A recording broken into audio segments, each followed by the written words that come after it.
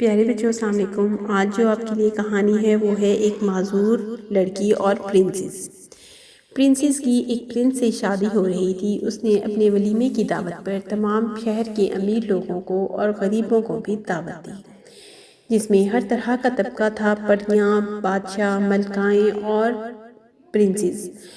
تو جب کھانا سب لوگ کھا چکے تو سب لوگوں نے پرنسس کو اپنی طرف سے گفٹ دیے۔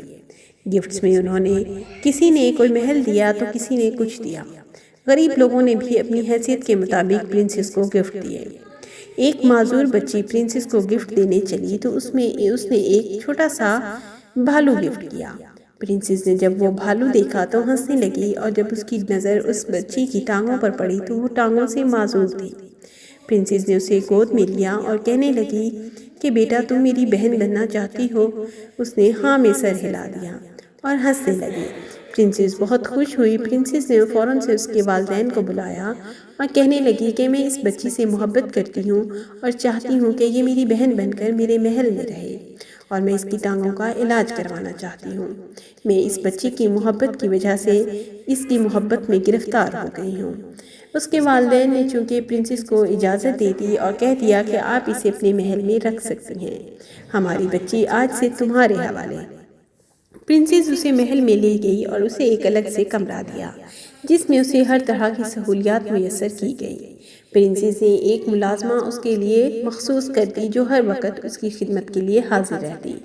چند ہی دن گزرے تو پرنسس نے اس کے علاج کے لیے اسے ایک بڑے ہاسپٹل میں داخل کروایا، جس میں اس کی ٹانگوں کا بھرپور علاج کروایا گیا، اور وہ چند ہی دنوں میں صحت یاب ہو گئی اور اپنی ٹانگوں پر چلنے لگی۔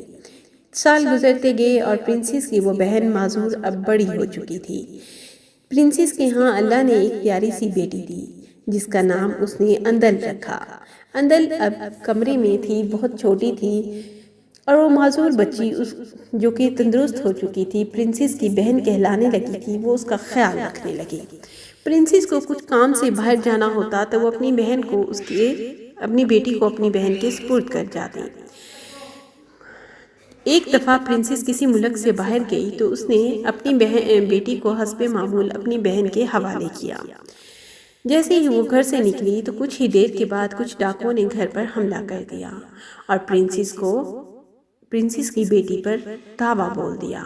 پہلے گھر کا سامان لوٹا، قیمتی زیورات اپنے قبضے میں کیے، اور پھر محل کے چپے چپے کو چھان مارا۔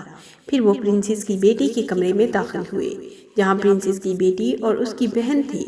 عدل کی طرف بڑھے تو پرنسس کی بہن فوراً سے جھپٹ پڑی۔ اس نے ایک چاقو اٹھایا اور ان ڈاکوؤں پر وار کرنا شروع کر دیے۔ ڈاکوؤں پر وار کرتے کرتے پرنسس کی بہن نڈھال ہو گئی، اور ڈاکوؤں نے بھی اس کا برا حال کر دیا۔ کسی نے خنجر مارا، کسی نے بازو مڑوڑا تو کسی نے مکہ مارا۔ پرنسس کی بہن کے منہ میں سے ہر جگہ سے خون پھوٹنے لگا۔ وہ رونے لگی اور لیکن مقابلہ کرتی رہی۔ آخرکار ڈاکو چھوڑ کر چلے گئے۔ پرنسس جب شام کو گھر لوٹی تو کیا دیکھتی ہے، کافی سارے گارڈ جو کہ زمین پر مرے ہوئے تھے مردہ حالت میں ملے، اور خون کی ندیاں بہہ رہی تھی محل میں۔ پرنسس یہ دیکھ کر حیرانی کے عالم میں چلی گئی۔ پرنسس نے فوراً سے اپنے بیٹی کے کمرے کی طرف دوڑی۔ وہاں جا کر کیا دیکھتی ہے کہ اس کی بیٹی ٹھیک سلامت بستر پر پڑی ہے، اور اس کی بہن ساتھ میں نڈھال بری حالت میں لیٹی ہوئی ہے۔ خون اس کے چہرے سے، اس کی بازوؤں سے، اس کی ٹانگوں سے پھوٹ رہا ہے۔ پرنسس نے فوراً پہلے اپنی بیٹی کو پیار کیا اور پھر اپنی بہن کو گلے لگایا اور رونے لگی، کہنے لگی تمہیں کیا ہوا میری جان کے ٹکڑے، تمہیں کیا ہو گیا آج؟ میرے محل میں کون اتنی جرأت کر سکتا ہے کہ تمہیں اتنا نقصان پہنچا گیا؟ پرنسس نے اسے اپنے گلے لگایا اور فوراً سے ڈاکٹر کے پاس لے گئی۔ وہاں اس کا علاج کروایا گیا، اور پھر اس نے بتایا پرنسس کو کہ کیسے کچھ ظالم ڈاکو گھر میں گھس آئے تھے اور عدل پہ حملہ کر دیا تھا۔ پرنسس نے اس کا شکریہ ادا کیا اور کہنے لگی کہ اللہ نے مجھے تم جیسی اتنی حسین اور اتنی پیاری اور اچھے دل والی بہن دی، جس نے آج اپنا بدلہ چکا دیا۔ میں تمہاری احسان مند ہوں کہ تم نے مجھے میری بیٹی کو بچایا۔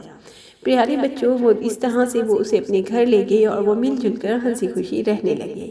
یہاں میرے چینل کو آپ کو سبسکرائب کرنا ہے اور بیل آئیکن کا بٹن ضرور دبانا ہے۔